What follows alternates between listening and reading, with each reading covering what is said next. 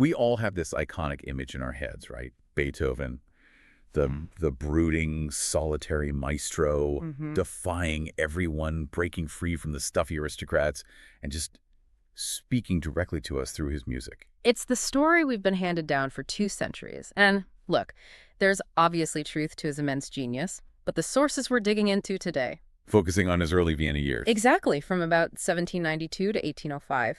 And what they suggest is that this narrative is, well, it's less a story of triumphant isolation and more, I don't know, a kind of sophisticated, highly successful social engineering project. Okay, hold on. Social engineering. Let's unpack that a bit. Because for a lot of us, the greatness of something like the Eroica Symphony, it feels absolute. Yeah. You know, calling it a social project, doesn't that risk undermining the music itself? Wasn't he genuinely misunderstood? Oh, that's a crucial question. He was misunderstood, absolutely. But his success wasn't achieved despite the powerful social structures of Vienna. It was achieved because a very specific, very powerful group of aristocrats decided that they needed his difficult music. They needed it. For what? To define their own elevated status.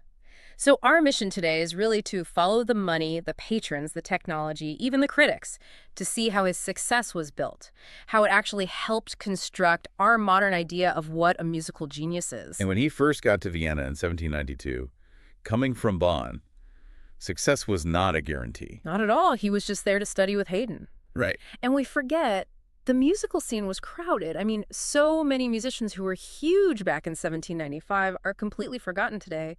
It took a massive effort and really specific support for Beethoven to survive that initial pushback to his work. The stuff people found strange. Exactly. Pieces like the Appassionata Sonata or the Eroica, people found them rambling, bizarre, just too much. So let's start with that context, that Vienna itself. The sources point out that the whole world of musical patronage was already shifting in a big way. That is the key background. The aristocracy was moving away from the old system of permanent house ensembles, the Hauskapellen. So no more full-time musicians on staff. Right. Instead, they'd hire freelance musicians for, private salons or subscription concerts. This created huge instability for musicians, but it also centralized musical power. It allowed a few key figures, Haydn, Mozart, and eventually Beethoven, to become genuine stars. And right in the middle of this changing world, we find this architect of serious music, Baron Gottfried van Swieten. A fascinating guy. Because what's interesting is von Swieten wasn't from the oldest, highest aristocracy, but he had this enormous respect. He was a diplomat, a civil servant. Director of the Imperial Library, I think. That's him. And he picked up a taste for the old masters while he was stationed in Berlin. He was a huge fan of J.S. Bach and Handel. And he didn't just keep that to himself. Not at all. He ran these famous Sunday concerts, and they were dedicated to this music. And this wasn't, light background music. We're talking deep dives into Bach's choral works, complex contrapuntal stuff.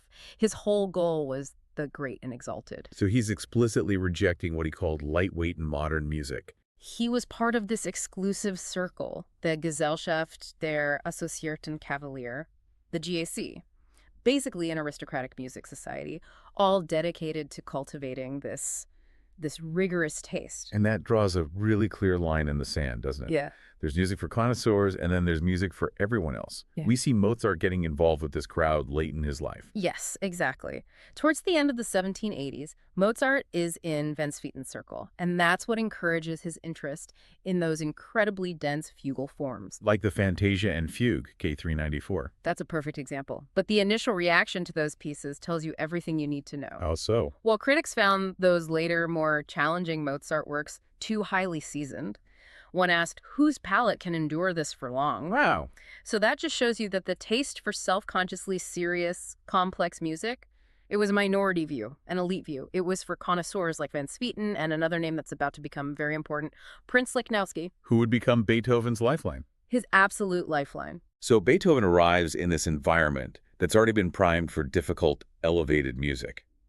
But he didn't just show up with his hat in his hand. He had connections. A huge advantage. His entry into Vienna was so much smoother because of his connections from the Bonn court. His patron there, Count Waldstein, was related to a lot of powerful people in Vienna. Many of whom were already in van Swieten's GAC society. You got it. So unlike most musicians coming from the provinces, Beethoven had a guaranteed network. He had doors opening for him at the very top from day one. And they start building the myth around him immediately. I mean, it's kind of amazing to think about strategic cultural marketing in 1792. It was absolute genius. Count Waldstein basically cemented the whole narrative with that famous line he wrote in Beethoven's autograph book. You were traveling to Vienna. To receive the spirit of Mozart from Haydn's hands. It's just so perfect. It positions him not as some radical new thing, but as the inevitable next step in a great tradition. Exactly. This wasn't a prophecy, it was positioning. And circulating that story was a condition of his success. And, it was good for Haydn, too. How did it help Haydn? Well, Haydn was sometimes criticized, especially in northern Germany, for not being serious enough. So by framing him as the venerable medium passing on Mozart's spirit, it elevated his own stature. It made him a crucial link in this grand tradition. So the story is in place, but the music itself, it still needed a shield. And that's where Prince Lichnowsky comes in. The sources call it a protective envelope. What did that actually mean? It was everything. Lichnowsky was his closest, most important patron in those early years. He literally gave Beethoven a place to live, financial security.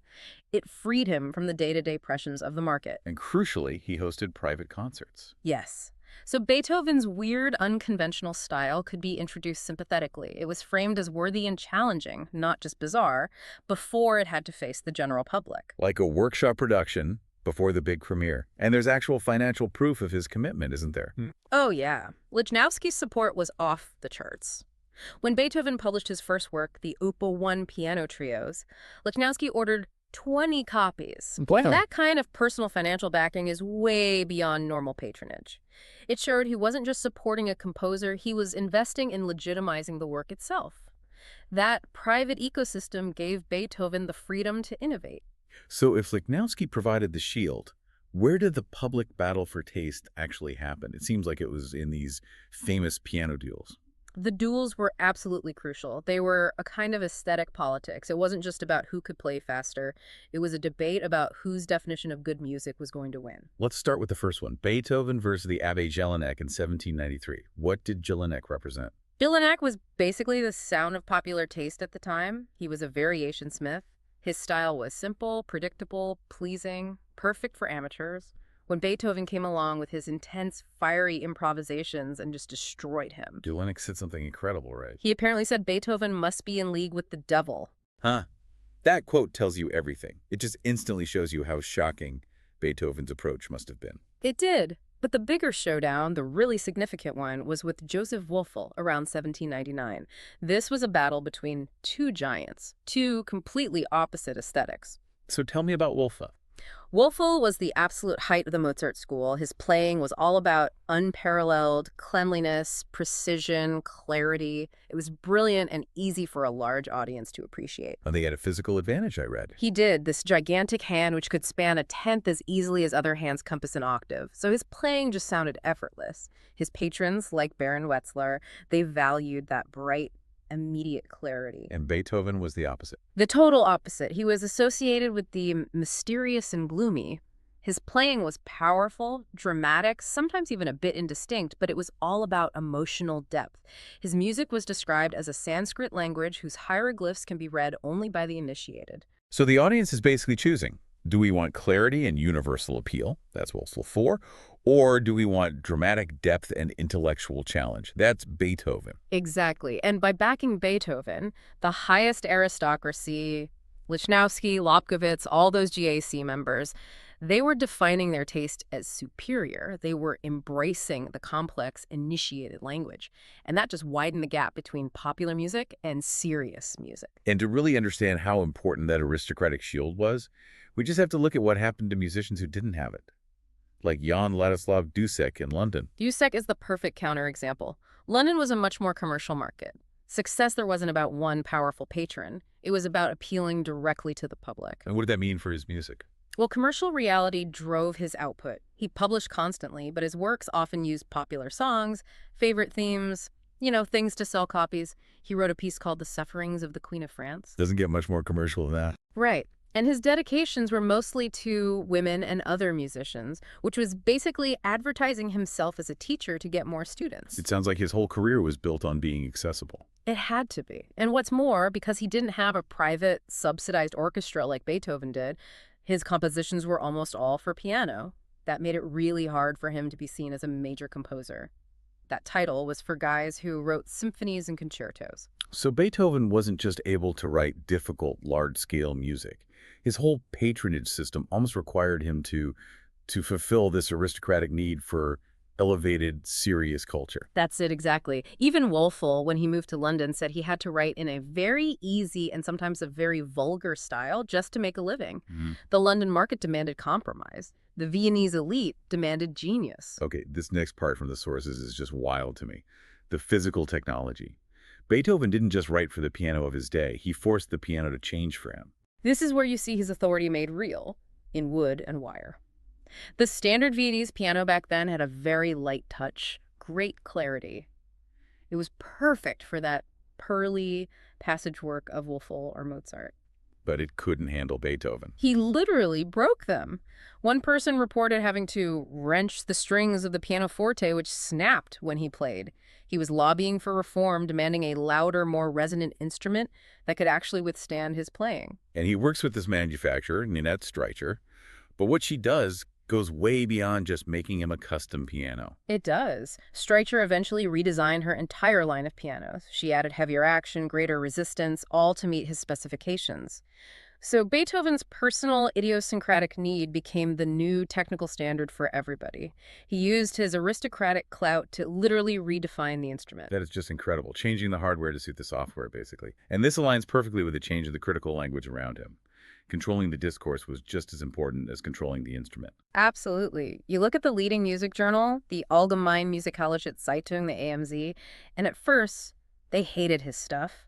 In 1799, they're criticizing him for harshnesses, strange modulations, perversities. That sounds about right for a first reaction to something new. But then around 1801, the tone just flips. Why? Money and leverage. The AMZ's parent company, Breitkopf and Hertel, started negotiating to publish his works. And Beethoven, who knew his own value, complained directly to the publisher about the bad reviews. He basically told them their critics don't know anything about music. So he used his rising star power to demand better press. And it worked. It worked spectacularly. After 1801, the language completely changes. His harshnesses are now originality. His perversities become higher style.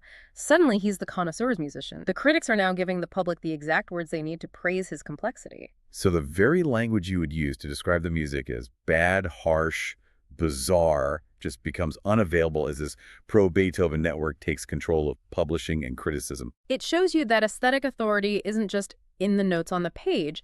It's actively produced by who is publishing those notes, who's writing about them, and who is building the instruments they're played on. So wrapping up this deep dive, the story of Beethoven's early success really is this reflexive interplay. It's an undeniable talent meeting this incredibly structured network, Lichnowsky, Van Swieten, Lobkowitz, that was ready to amplify and protect that talent. They found in his challenging, sometimes overwhelming music the perfect way to express their own elite status. When they praised Beethoven, they weren't just praising music, they were praising their own good taste, proving they were true aristocrats of taste. And the structures they built, the myth-making, the private funding, the changes to the piano, the shift in criticism, all of that is what established Beethoven as the benchmark for musical greatness for the next 200 years. Which leaves us with a final provocative thought for you to chew on. If Beethoven's story proves that aesthetic authority is actively produced through social, institutional, and technological alignment, then you have to ask yourself, is the music we call great today simply the music that had the most powerful, well-funded network of patrons, critics, and manufacturers behind it when it started? It makes you wonder how many other geniuses were simply forgotten because they didn't have a Prince Lichnowsky opening all the right doors.